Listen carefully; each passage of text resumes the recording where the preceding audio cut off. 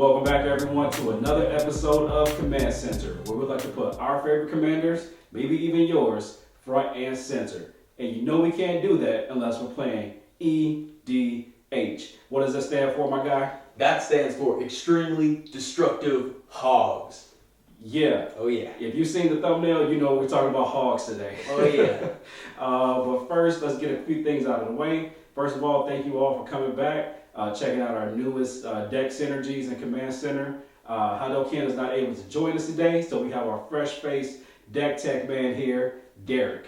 I'm excited. My first time on the Command Center, so I'm going to try to fill Ken's shoes as best I can today. All right, I doubt you can, but we'll try anyway. Yeah, true. Right, so again, like we said, thank you for joining us back.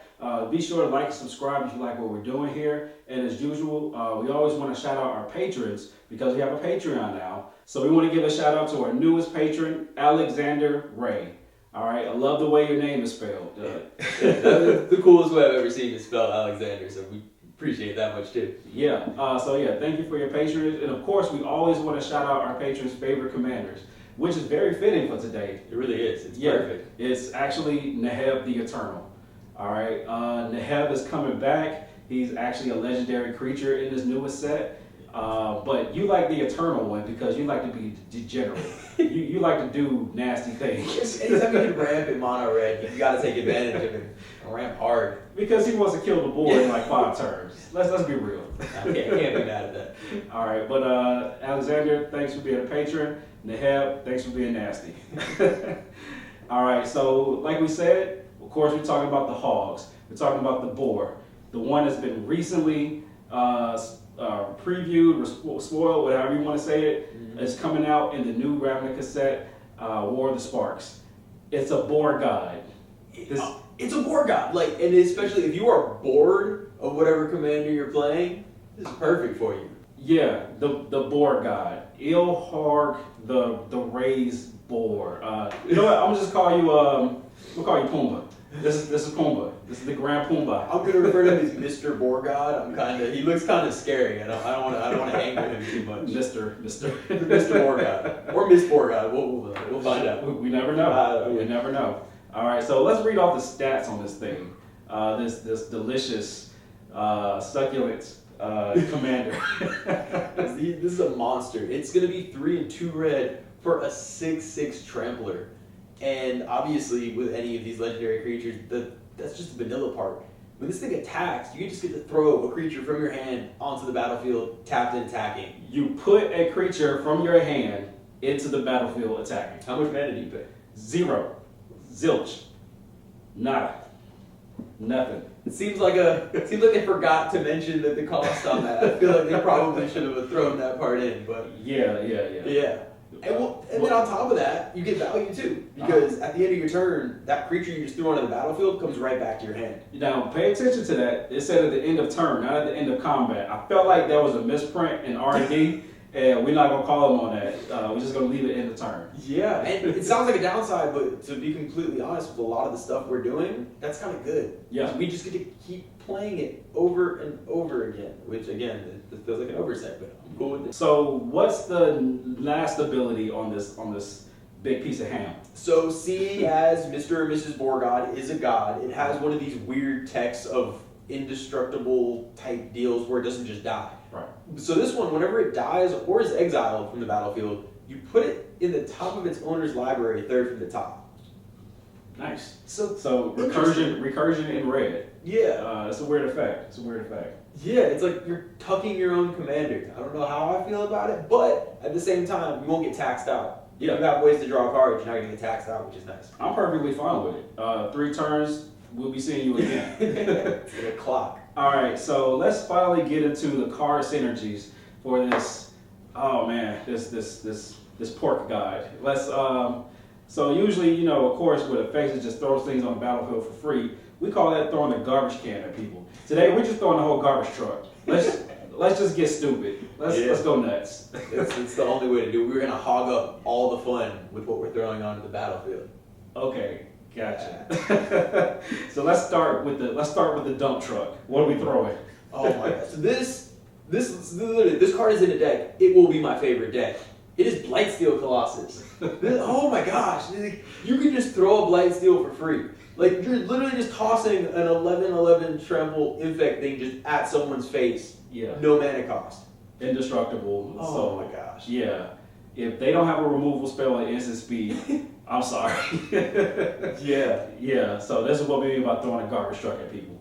All right. Including with this garbage truck, we gotta have a garbage truck driver. We gotta have Ulamog driving the truck. So of course, of course, we missed the cast trigger, but that's fine. It's still a 10/10 indestructible coming at somebody. It's coming. We're also missing the attack trigger of the exiling 20 pieces, but it's a 10/10 indestructible for free. I mean, cry about it later. Once you get the 10 mana, just cast it.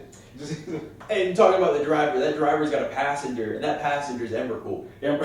And Emrakul is that same deal where you're getting a 13/13 flying trample protection from every type of thing you could want. Yeah. Just flying at somebody's face. And I actually see this whole bouncing thing. It's almost like a horror movie when the villain's slowly walking towards you and you know you're about to get killed by it. When these things are bouncing, you know they're going to get cast at some point. Yeah. And especially with these two, their cast triggers, doesn't matter if somebody counters them. You're getting hit with it. Someone's getting their turn stolen. Someone's getting their permanence exiled. Yeah. So it's basically Remind Freddy you. Krueger or Jason Voorhees. You know they're coming. They're coming right at you. And remember, Emrakul has protection from instants. It's even better. Protection from removal when you're attacking. That's what it says. All right. Face. So next we're just going to get into some more synergy. That was the dump truck, but let's get into the more synergies. Let's break the rules a little bit since we're just putting stuff into the battlefield for free. I wanted to bring in Colossus of Akros. All right, so this thing came out in the Theros block. It is a 10/10 artifact golem for 8, but it has the downside of having defender, but it's indestructible. All right, I mean it's a 10/10 blocker normally, and you have to pay 10 to make it lose defender, but also become a 20/20. Sure, that may never happen in the game, but in this game. You're throwing a 10/10, getting around defender at someone that's also indestructible. That's how influential Mr. or Mrs. Borgott is. It's letting defenders attack. Yeah. Like, literally, rules don't apply. You're just essentially just throwing cards at people, and they just have to take it. That's right. So let's get into making Mr. and Mrs. Borgott, just abusable. So let's stack those triggers. Oh yeah. Let's double it up with Strionic Resonator. I know you've seen this card a lot. Anything that has a triggered ability, Strionic Resonator is there to help it out. Pay 2, tap it, copy target triggered ability. 2 things are coming in for free. Like 2. we just mentioned the dump truck. You're getting the dump truck and the driver thrown at you at the same time. Like how is this even possible? That's insane. And again, they're so hard to deal with because they're coming right back to your hand. If they don't have removal at that moment, they're out of luck. They really can't do anything about it. Yeah, and of course, remember I mentioned they purposely or mistakenly left this end of turn thing on the card. So if we play Sundial of the Infinite, another artifact that basically says put something down to the battlefield with this commander, and then end your turn whenever you feel like, whenever you're ready. Just keep it on the battlefield.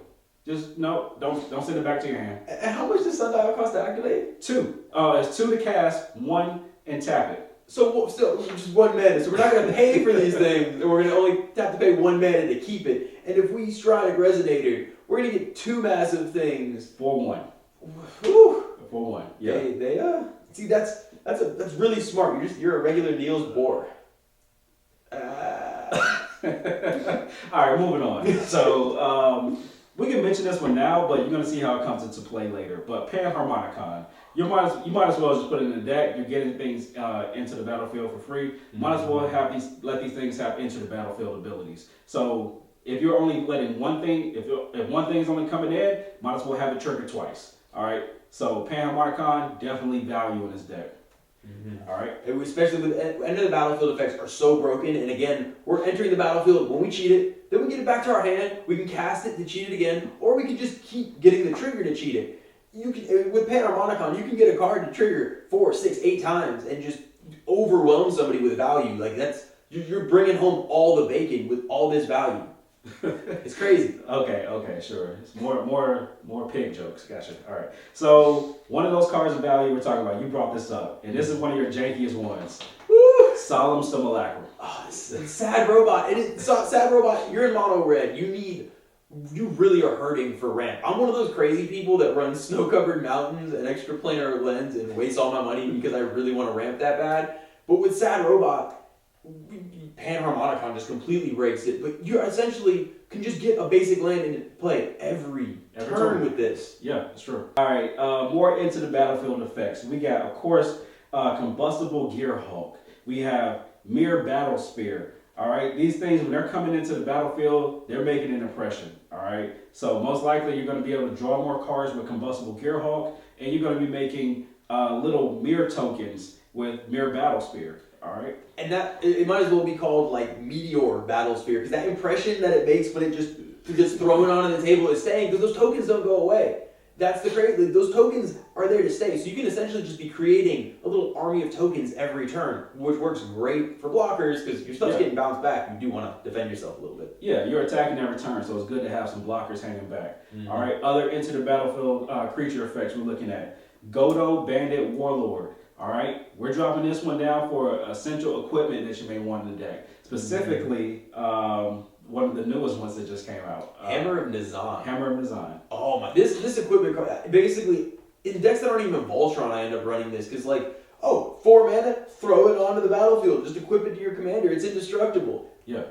Wow, that card is just so powerful. And with this commander that we have, where it's a 6/6 trampler, when you throw indestructible onto that, you have no fear of swinging, and your opponents have a whole lot of fear at that point. Yep. Last janky one I just want to throw out there. Mindclaw Shaman. Pay attention to this one, y'all. All right. The casting costs don't matter. It's free. Whatever. Yeah. But when it enters the battlefield, you can cast an instant sorcery from target opponent's hand. All right. Target opponent's hand. You just cast an instant sorcery.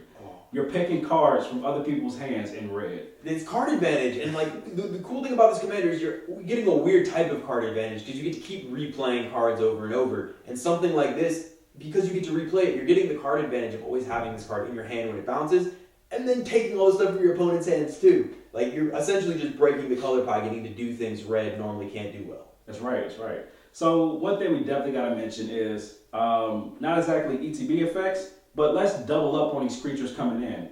If they have an ETB effect, you really like them, let's cheat out some more creatures for very little mana. Flame Shadow Conjuring.